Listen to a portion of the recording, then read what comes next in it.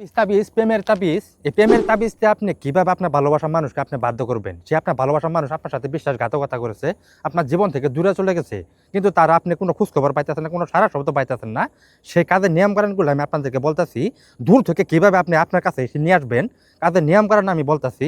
স্ক্রিনে দিয়ে লক্ষ্য করেন, যে লক্ষ্যটা দেখতেছেন, জাফরান মেসোয়া কালির দ্বারাই মধ্যরাতে সুন্দরভাবে লক্ষ্যটার একটা সাদা কাগজের মধ্যে লক্ষ্যটা সুন্দরভাবে অঙ্কন করবেন। করার পরে এই লক্ষ্যটারে পেঁচাইয়ে সুন্দরভাবে একটা তাবিজে ভরবেন। কিন্তু এই তাবিজটা যেন তেন আগুনে পোড়াইলে কিন্তু কাম হবো না।